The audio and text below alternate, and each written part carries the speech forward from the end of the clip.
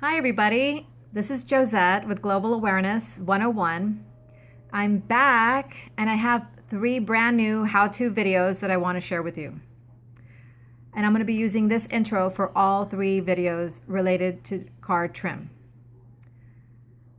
Now wait, before you fast forward, I have a very important message that you need to listen to, especially my 3G Eclipse family around the world.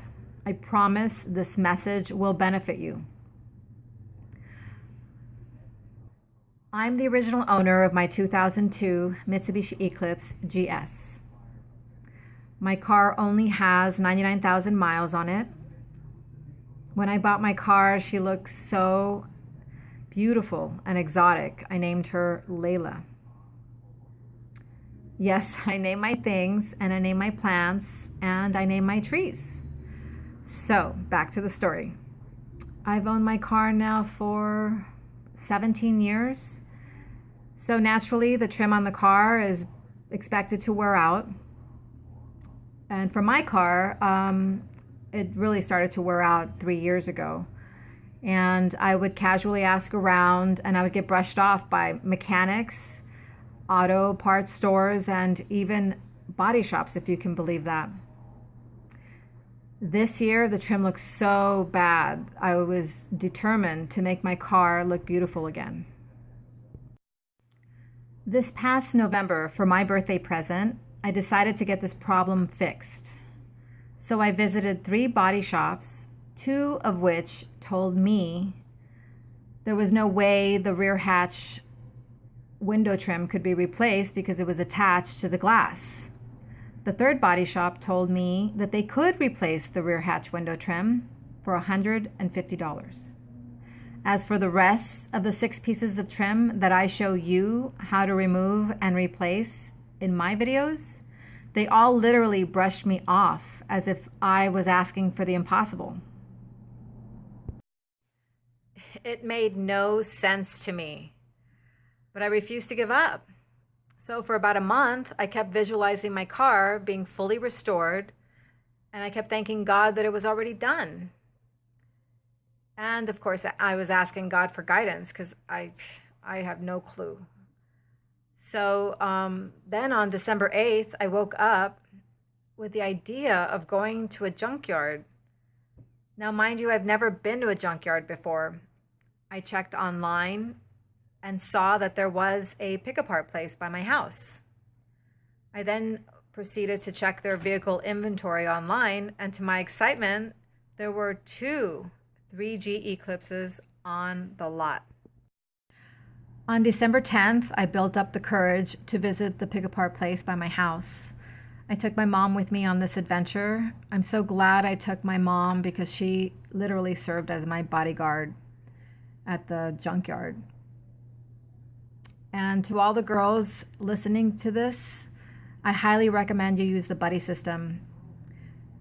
I don't care how tough you think you are, it is not safe for you to be alone inside or outside of the junkyard. Now I'm going to help you prepare for your trip to the junkyard. It's going to cost you $3 cash to get in per person. They do accept credit cards to buy the parts that you pulled. And most importantly, you do need to take your own tools with you. I'll leave a list of the basic tools you'll need to take down in the description box below. This was such an amazing experience for me. I no longer felt helpless and dependent on others who kept telling me, no, this couldn't be done. I was able to use the cars in the junkyard to help me figure out how to remove the trim on the cars. Where there is a will, there is a way. Nothing is impossible for those who believe. You just have to set your mind to it. I bought all 7 pieces of car trim at the junkyard for $37.90. And that's with tax included. I saved myself hundreds of dollars on the parts alone. I can't even imagine what the body shops would charge me for the cost of labor. And the icing on the cake was that the junkyard allows us to work on our cars in their parking lot. The price of admission is good for all day, so you can go in, pull and buy a few parts, replace them on your car, go back in, pull and buy some more parts. And we can use their garbage to throw away the old parts we just replaced. I literally gave my car a facelift in the Pick Apart parking lot, and my car was totally rejuvenated. I drove home feeling so satisfied for the work that I did, and that I found the courage to teach myself how to get the job done, even though I was a nervous wreck. Knowledge is power, my friends, but knowledge applied and shared is powerful. What took years of rejection, I was able to solve with much prayer and sheer willpower within a week. I hope my how-to videos inspire you to do the same. If I can do this, so can you. And I had no prior knowledge or experience. At least you have my videos to walk you through the process and give you a visual of the area that you're working on. It broke my heart to see 3G Eclipses in good condition being junked because they didn't know the true value of the car, and or body shops were charging an outrageous amount of money for the cost of labor. I encourage my 3G Eclipse family around the world to start picking parts at their local junkyard and resell them on eBay for a profit. It would be a good side business for you and a win-win situation for both you and other 3G Eclipse owners around the world.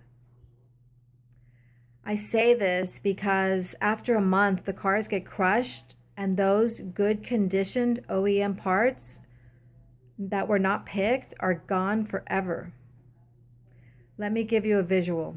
While I was picking the parts off of a car in the junkyard, I felt like I was in a scene from Steven Spielberg's AI movie. Seriously. You need to know that 3G Eclipse OEM parts are slowly being discontinued. Now, I'm not saying that aftermarket parts are bad, they're not. But parts like our 3G Eclipse trim has to be OEM in order to maintain the integrity of the car. Please do yourselves a favor and ignore people who say the Eclipse is for teenagers. That's a bunch of malarkey. I just turned 49 years old, and I'm a proud owner of my 3G Eclipse. Even if I bought a new car, I would keep this one. And for the record, Eclipse owners worldwide are mostly older. If you don't believe me, you can watch videos of people of all ages attending the Mitsubishi Owners Day event that is held annually around the world. Plus, teenagers can't afford $25,000 plus 3 to 5 years of interest for a new Eclipse car. I have no doubt people said the same about the classic Ford Mustang. Do a search online and type classic Ford Mustang for sale and get ready to be mind blown by how much one in excellent, even good condition are worth. Well, I have news for you. That will be our Eclipse car down the road.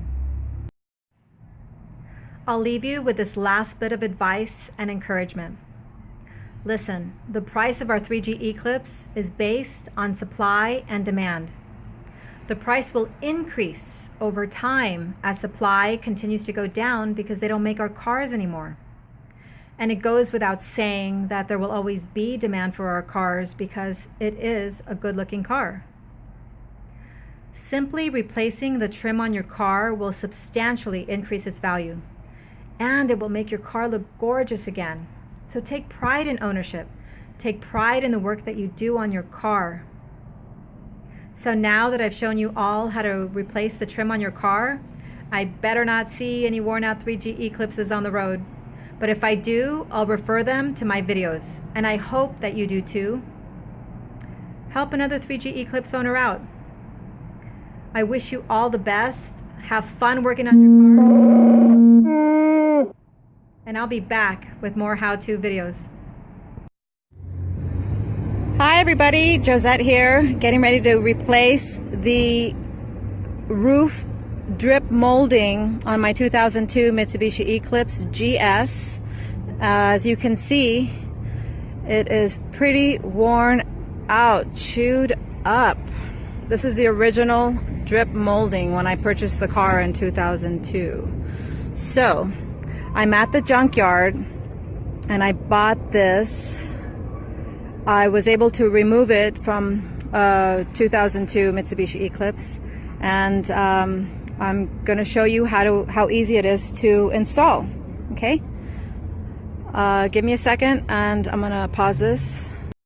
Hi. Okay, so you pop it up, you lift it up from the rear, and you see there's one clip that's broken. 2, 3, 4.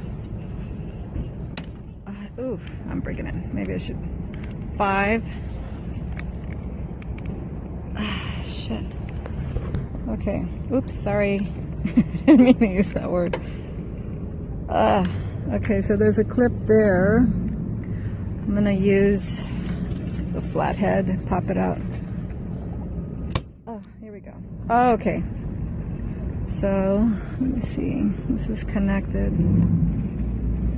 And this, oh no, I broke it off my car. Darn it. Shit. Okay. I broke that little piece. Okay, I'm gonna get the flathead, and it was easy to take off of the junk car, and I'm having trouble taking it off of this one, off my car. Okay, hold on. Hi everybody. Okay, I had a hard time taking them off of my ugly ones, and I had no trouble taking the nice ones off of the junk car. Here we go. I just want to show you what it looks like. So these are the clips that I kept on from when I removed them off of the the car that was in the junkyard,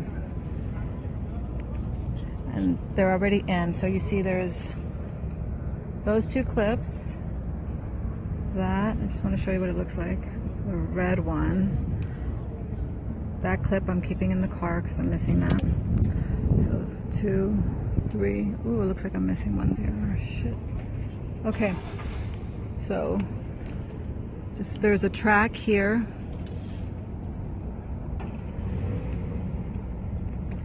So I'm going to pop it in now.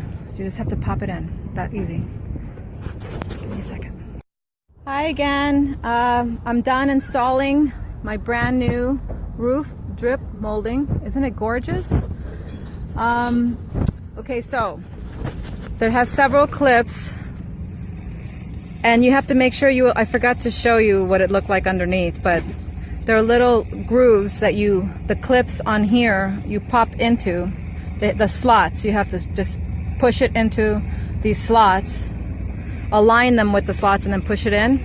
When you get down here though, you put it up against the window, and then you have to pull it towards you. Pull it towards you and push it down. Pull it towards you and push it down, and then it's in. It pops in. There's a space between the window and the door. I mean the window and this, I forgot, pillar or the trim. And then that's it. Isn't it gorgeous? What a big difference. So, I recommend that, yeah, just go to the junkyard and pay a few dollars and have it replaced. And they charge by the yard. I'm sorry, by the foot. And now I'm going to go ahead and replace this piece and the door. Look at that.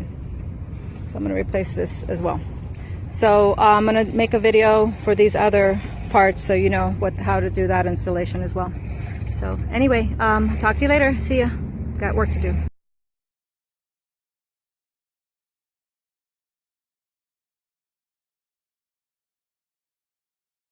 Hi everybody. I just wanted to quickly show you what items and tools you'll be needing to take to the junkyard with you.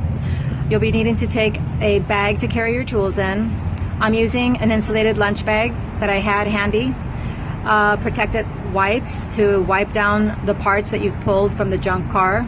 Paper towels, a cloth, a towel, small towel, star screwdriver, flathead screwdriver, a ratchet with a 10mm socket for sure, needle nose pliers, regular pliers, and then I'm using these little beauty scissors to be able to pry open these like really tight areas.